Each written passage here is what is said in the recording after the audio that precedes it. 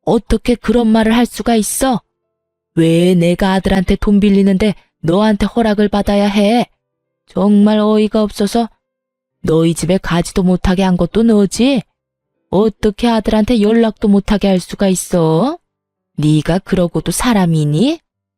돈을 빌리겠다는 것도 저는 아는 바 없었고 갑자기 전화와서 그런 말을 듣는 것도 어이없었어요. 제가 무슨 말을 했다고 전화한 건지 모르겠더라고요. 제가 무슨 말을 했다고 그러세요? 남편 없다고 말하려고 했는데 시모가 제 말을 뚝 끊어먹고는 자기 할 말만 하더라고요. 이렇게 시침이 뗄 거야? 너 오늘 아침에 네가 우리 아들한테 돈 빌려주지 말라고 했잖아. 내가 네 목소리 수화기 너머로 다 들었어. 못 들을 줄 알고 그렇게 이야기한 거지? 네가 뭔데 돈을 주라 말하는 거야? 그 돈이 네 돈이니?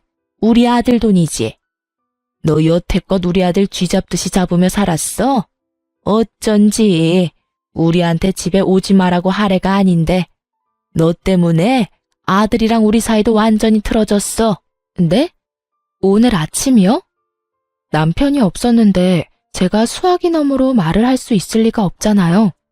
저는 시모의 말에 찬물을 뒤집어 쓴 것처럼 쎄한 기분이 들었어요. 남편이 동창들과 낚시 여행을 갔다는 걸 말하려다가 입을 닫았어요. 그리고 그 길로 바로 흥신소를 찾아가 남편 뒷조사를 했어요. 하지만 참고 기다리기 너무 힘들어서 직접 찾기로 했죠. 그게 가능했던 이유는 남편이 제 차를 끌고 갔기 때문이었어요. 저는 20대 때 첫 차를 도난당한 전적이 있어서 차 안에서 위치 추적 앱을 달아놨었거든요. 그걸 확인하니 열이 더 뻗쳤어요.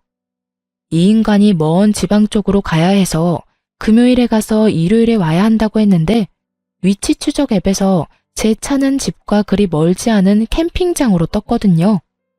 거짓말을 했다는 것부터가 뭔가 문제가 있다는 걸 의미하잖아요.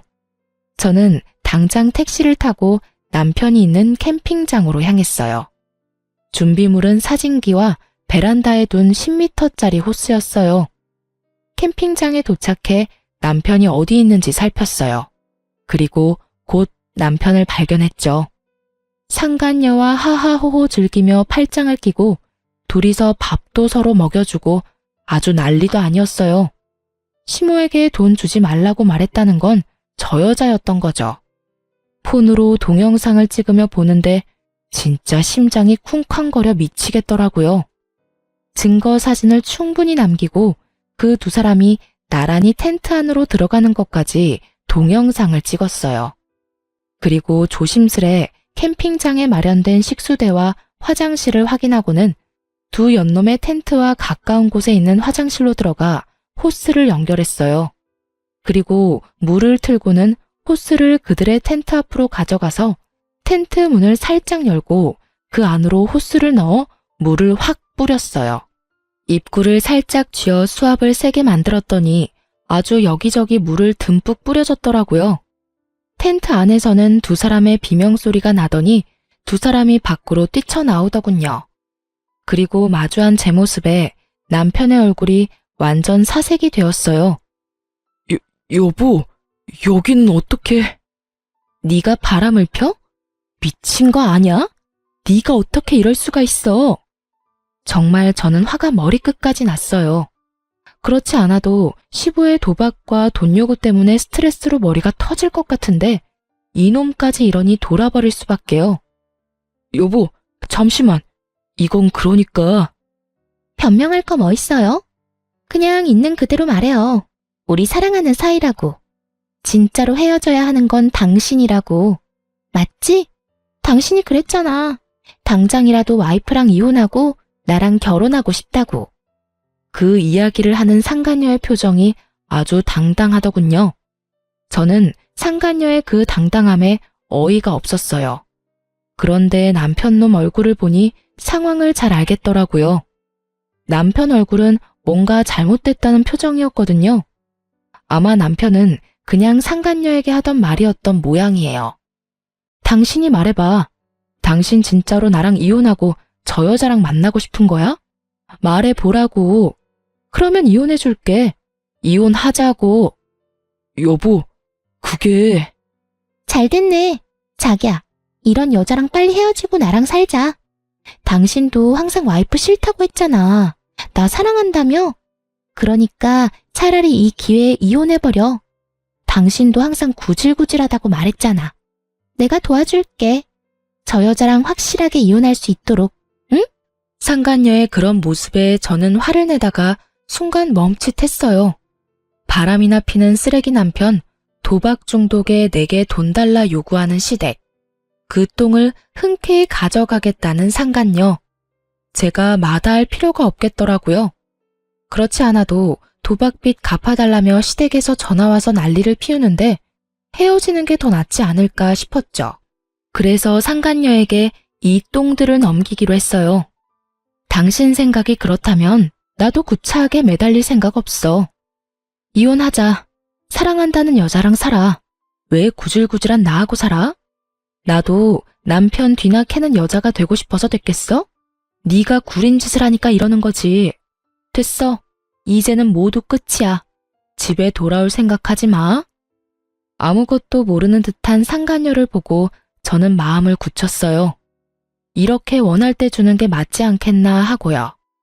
알고 나면 가져가겠다고 할 일 없을 테니까요. 냉정한 제 말에 남편 놈은 눈을 질끈 감고 제 말을 듣고 있더군요.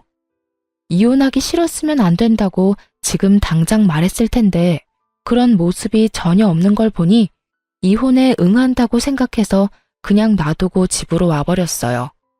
그날 집에 돌아와 남편 놈 짐을 다 뺐어요. 이삿짐 플라스틱 상자를 사서 그 안에 옷이며 남편 물건을 전부 때려 넣었어요.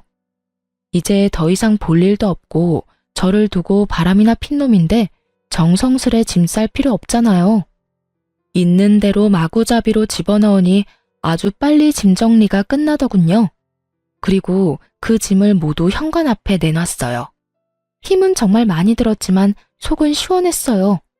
더러운 걸 치워버린 기분이라서 그날 저녁에 남편이 돌아오지 않았기에 이혼을 하겠다는 의미로 받아들였어요. 그런데 일요일에 집에 돌아온 남편이 현관에 쌓아둔 짐을 보고는 사색이 돼서 들어오자마자 제 앞에 무릎을 꿇더군요. 여보, 미안해. 내가 정말로 잘못했어. 그러니까 제발 용서해줘. 나는 당신하고 헤어질 생각 없어. 전부 그 여자가 혼자 한 말이야. 내가 그런 말 한 적 있긴 한데 전부 다 그 여자가 각색해서 말한 거야. 그 여자랑 헤어질 테니까 제발 이혼만은 안 돼. 당신 오해하는 거야. 내 진심은 그게 아닌데. 진심? 웃기고 자빠졌네. 네가 진심이었으면 당장 나한테 달려왔었어야지. 그년이랑 2박 3일 그대로 보내고 오는 게 말이나 돼? 넌 아직도 나랑 그 여자 사이에서 저울질하는 거야. 뻔히 보이는데 뭐? 진심? 당신 이제 보니 연기도 잘하네. 모르고 들었으면 깜빡 속았을 뻔했어. 나는 당신 받아줄 생각 없으니까 그 여자한테나 가봐. 짐은 그 여자 집으로 붙여줄 테니까 걱정하지 말고. 여보, 아니야. 나 진짜로 당신하고 헤어질 생각 없었다고. 제발 나 좀 이해해줘. 당신이랑 헤어지면 나 갈 곳도 없어. 그 여자 집으로 가면 되잖아. 왜 나하고 같이 살 생각인데? 사랑하지도 않는다며. 그러면 그 여자랑 사랑하면서 살아. 쓰레기 같은 인간아. 나는 너한테 단 하나도 뺏길 생각 없고 이혼할 때 손해볼 생각도 없어. 당신 유책 배우자로 이혼 소송 걸 테니까 위자료나 준비해도. 어줍잖은 연기로 사람 가지고 놀 생각하지 말고 내가 한 번 당하지 2번 당해? 친구랑 놀러 간다더니 상간녀나 만나고 있던 주제에 내가 널 다시 받아주면 내가 미친년이지. 여보, 난 절대 못 나가. 우리 아직 부부 사이잖아. 이혼 소송하더라도 나는 여기서 안 나갈 거야. 안 나간다고? 그러면 아버지한테 말해서 이 집 다른 사람한테 세놓게 만들어야겠네. 안 그래도 아버지가 언제까지 집 빌려줘야 하냐고 난리거든. 이참에 나도 짐 빼고 나가면 되겠네. 꼭 이렇게까지 해야겠어? 내가 그 여자랑 헤어지겠다잖아. 나 한 번만 믿어주면 안 돼? 2번도 아니고 처음이야. 실수는 누구나 한 번 정도는 할 수 있잖아. 그 실수가 한 번이 아니잖아. 당신 아버지 도박 중독에 빚까지 있는 거 나한테 이야기했어? 결국 당신 아버지가 도둑질하는 거 들키는 바람에 나한테 이야기해줬지. 내가 묻지 않았으면 이야기할 생각도 없었을 거잖아. 그리고 그 2분이 나를 얼마나 괴롭혔는지 알기는 해? 그동안 당신한테 부탁했는데 당신은 모른 척 있었잖아. 이참에 그냥 싹 다 정리하자. 더 이상 당신 이기심에 휘둘릴 생각 없고 이런 행동 용서하고 싶은 마음도 없어. 결국 남편은 제 으름장에 집을 나갔어요. 남편에게 짐 가져가라고 했더니 날 정해서 가지고 오겠다며 최소한의 짐만 들고 나머지 짐을 놔두고 갔어요. 그리고 그 다음날 바로 저는 변호사를 찾아 이혼 소송을 진행했습니다. 그렇게 2달이 지났는데도 남편이 짐을 안 가져가더라고요. 그런데 그걸 계속 앞에 놔두는 것도 화딱질이 나더군요. 그래서 3달째 될 때 흥신소에서 알아낸 상간녀의 집 주소로 짐을 실어 모조리 보내버렸어요. 그런데 그걸 보내자마자 시모에게 전화가 오더군요. 내가 아무리 생각해도 어이가 없어서 말이다. 아들이 빌려주지 않는다니 네가 아들 대신 돈 좀 주거라. 네 아버지 도박빚 있다는 건 들었지? 2억 정도 되는데 지금 당장 갚아야 한다더구나. 너희 친정에 말해서 2억만 좀 부탁하마. 친정 잘 살잖니? 그 돈을 왜 저희 친정에 부탁하시는 거예요? 2분이 만드신 빚 2분이 갚으세요. 왜 저한테? 며느리도 자식이지. 결혼을 했으면 늙은 시어른 부양하는 건 당연한 일 아니니? 내가 아들한테 부탁하려고 했는데 아들이 너한테 꽉 잡혀 사는 것 같아서 너한테 이야기하는 거다. 우리가 이 돈 못 갚으면 어떻게 되는지 아니? 이 빚쟁이들이 너희한테 다 갈 거라는 생각 못했어? 그렇게 됐으니까 우리 돈 갚을 생각하고 있어. 시모는 아주 당당하게 제 친정에 말해서 2억 빚을 갚아달라고 요구하더군요. 상황이 어떻게 돌아가는지 모르고 있더라고요. 저와 남편이 이혼 소송인 중인 것도 모르고 말이죠. 저한테 돈 맡겨놓으셨어요? 집에서 돈 훔쳐간 것만으로도 모자라서 이번에는 이렇게 당당하게 말하시는 거예요. 칼만 안 들었다 뿐 완전 날강도잖아요. 제가 돈이 있어도 안 줘요. 세상에서 제일 멍청한 짓이 도박빚 갚아주는 거라고요. 그래봤자 여전히 도박하시면서 또 빚질 텐데 그때도 갚으라고 하실 거잖아요. 저한테 말하지 말고 아드님한테 말하세요. 돈 원하는 대로 주라고 할 테니까. 네가 돈 주지 말라고 했잖니? 그때 내가 다 들었어. 그러면서 뭘 원하는 대로 준대? 너 가만 보니 이제 거짓말도 하는구나. 그러지 말고 네가 이때까지 모은 돈 좀 내놓으라니까. 상황이 급박해 지금. 저 돈 없어요. 남편이 돈 한 푼은 가져다 주지도 않는데 무슨 돈이 있어서 저한테 돈 달라는 거예요? 돈이 없으면 돈 많은 친정에 빌려서라도 줘야지. 자그마치 2억이야. 그거 못 갚으면 너한테 무슨 일이 생겨도 난 몰라. 이건 뭐 거의 협박이었어요. 남편 때문에 열받았는데 시댁이 이 상황에 기름을 부어버리니 완전 빡 돌았던 제가 한바탕 욕을 쏟아부으려다가 순간 좋은 생각이 나서 멈췄어요.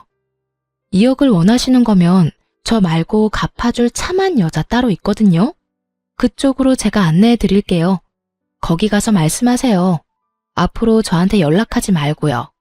그리고 모르셔서 저한테 전화하신 것 같은데 저 곧 그 사람이랑 이혼해요. 사랑하는 여자가 생겼다네요.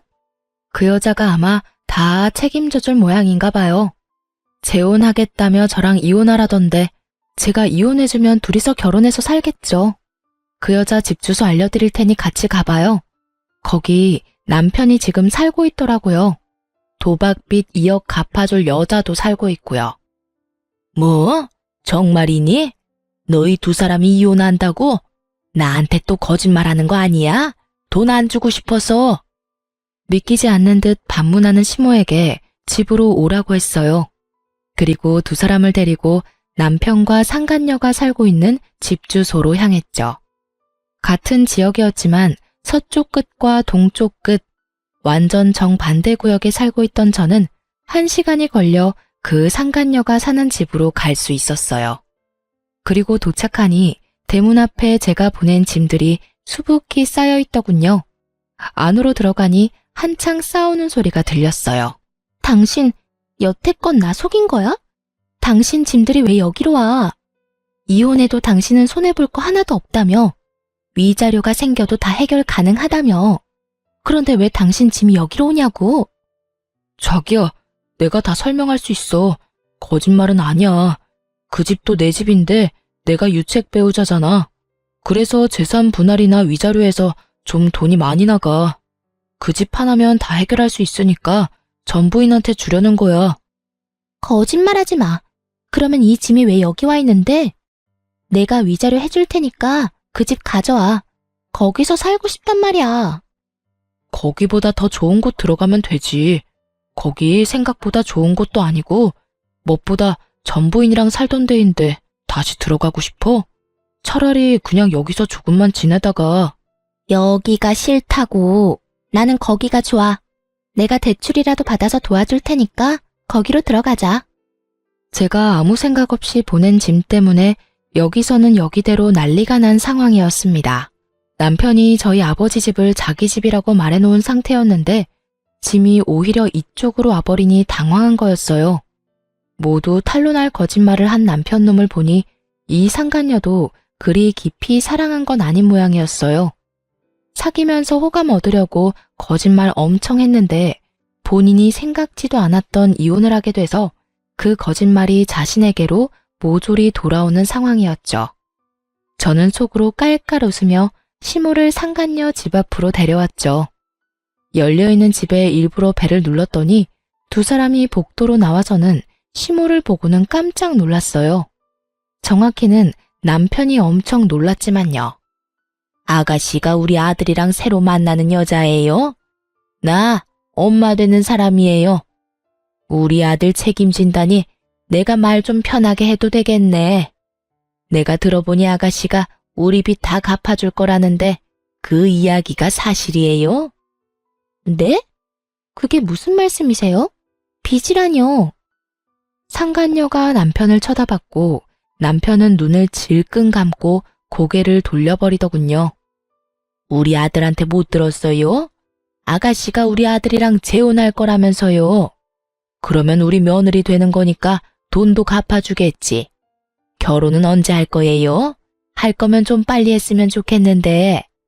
시모가 그렇게 말하자 남편이 저에게 소리를 빽 지르더군요. 당신은 왜 우리 부모님을 여기까지 모셔와? 미쳤어? 말하고 싶은 게 있으면 우리 둘이서 해야 할 거 아냐?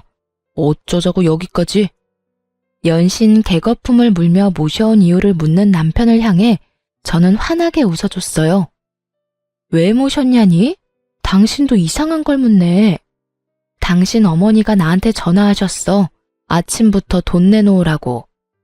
당신 아버지 도박빚 갚아야 한다고 나더러 돈 달라길래 내가 여기 모시고 왔지. 왜냐고? 난 당신이랑 헤어질 거고 나랑 헤어지고 당신이랑 결혼할 착하고 참한 여자가 여기 있으니까. 앞으로 당신 부모님 계속 모실 사람이 그 여자니까 모셔왔을 뿐인데 뭐가 잘못된 건데? 이미 이혼 소송 중이고 판결도 얼마 안 남았는데 내가 왜 이 사람들의 돈 달라는 요구를 받아줘. 예비 며느리가 있는데. 도박빚? 상간녀가 제 이야기에 미쳐서 눈에 쌍심지를 켜고 남편의 멱살을 움켜쥐었어요. 이게 다 무슨 말이야? 도박빚이라니. 당신 나한테는 부모님이 그냥 평범한 분들이라고 했잖아. 연락 자주 안 하는 사람이라고 안 봐도 되는 사람들이라며. 그런데 빚을 대신 갚으라는 말을 왜 나한테 하는데? 자기야, 잠시만. 그게 아니야. 내 말 좀 들어봐. 이건 다 이유가 있어. 어떻게든 핑계를 대보려는데 남편 놈을 보며 저도 친절히 이야기해줬죠. 아, 몰랐어?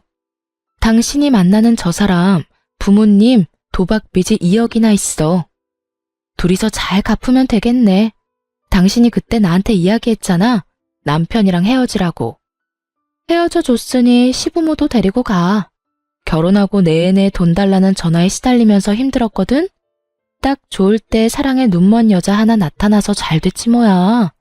고마워. 저 인간 데려가줘서. 제 말에 상간녀가 완전히 졸도해버리더군요. 순간 비틀거리는 상간녀 모습을 보니 엄청 피가 쏠린 것 같았어요. 이내 얼굴이 새빨갛게 된 상간녀가 남편 놈에게 엄청난 목소리로 따지더라고요. 너 내 돈 노리고 나한테 수작 부린 거야? 저 여자한테서 돈 뜯기 힘들 것 같아서 나로 목표 바꾼 거냐고. 미친놈이 어디서 나한테 빨대를 꽂으려고 해? 내가 너랑 결혼하고 싶댔지 네 부모 빚 갚아주겠다고 한 적은 없잖아. 저기요. 오해야. 다 오해고 나는 돈 때문에 당신이랑 만난 거 절대 아니야. 내가 왜 당신한테 그런 짓을 해. 나도 부모님이랑 연 끊고 살 거야. 당신한테 그 빚 갚으라고 할 거 아니라니깐. 여기까지 찾아온 사람을 두고 뭐? 연을 끊고 살아? 어떻게 끊고 살 건데? 그리고 도박 빚이라며? 내가 미쳤어? 그걸 갚아주게? 무려 2억이나 되는 돈을 갚아달라고 얼마나 쪼아댔으면 당신 와이프가 나더러 고맙다고 하냐고. 우리 헤어져. 이 쓰레기 같은 놈아. 이렇게 거짓말을 하고 어차피 나중에 다 들킬 일이었는데 나도 당신 필요 없어. 상간녀가 그렇게 말하며 자기 집 현관에 쌓여있던 남편의 짐을 모조리 밖으로 내던지더군요. 남편놈 얼굴이 사색이 돼서는 그 상간녀의 팔을 붙잡고 애원하며 매달렸어요. 자기야, 내가 거짓말한 건 미안해. 진짜로. 근데 인연 끊고 산다는 건 정말이야. 내가 당신하고 살게 되면 절대로 집 근처에도 못 오도록 할 거야. 빚도 우리가 안 갚아도 되도록 막아주고. 꺼져. 당신 같은 놈이랑 같이 살 생각 없다는 말 못 들었어? 진짜 어디서 이런 쓰레기 같은 놈이랑 만나서 내가 이 고생을 해. 네가 분리수거도 안 되는 쓰레기인 줄 알았으면 절대로 받지 않았을 거라고. 상간녀가 분통을 터뜨리며 그렇게 말하자 남편놈이 이번에는 목표물을 저로 바꿨는지 제게 다가와 손을 붙잡더군요. 그리고는 눈물 범벅인 얼굴로 저한테 말하더라고요. 여보, 미안해.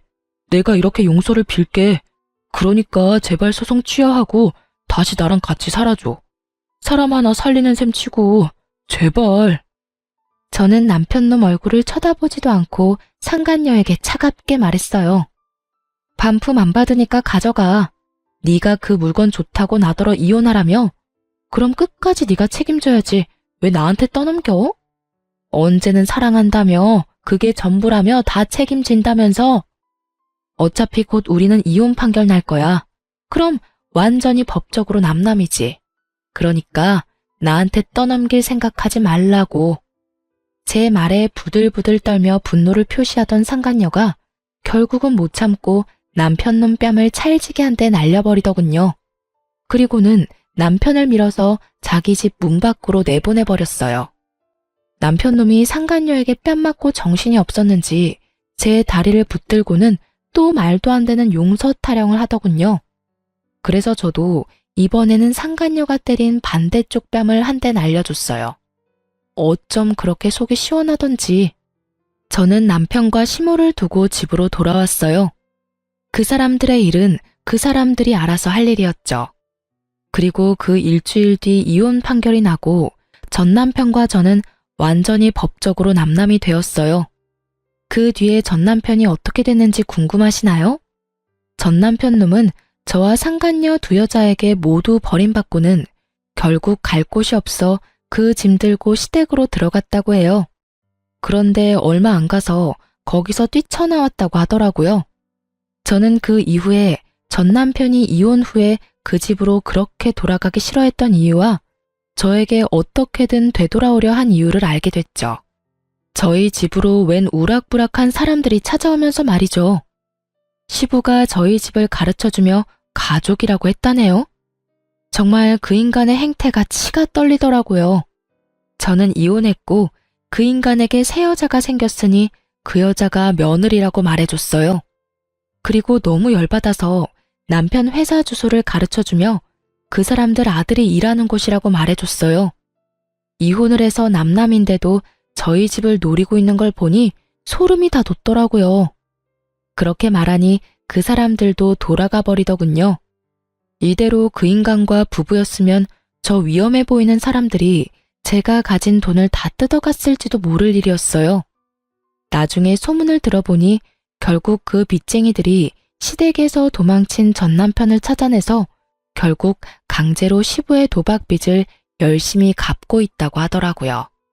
잘못했으면 제가 그 모든 일을 뒤집어 쓰고 빚 갚고 있었을 거라는 생각을 하니 빠른 손절이 정답이었다는 걸 깨닫게 됐죠.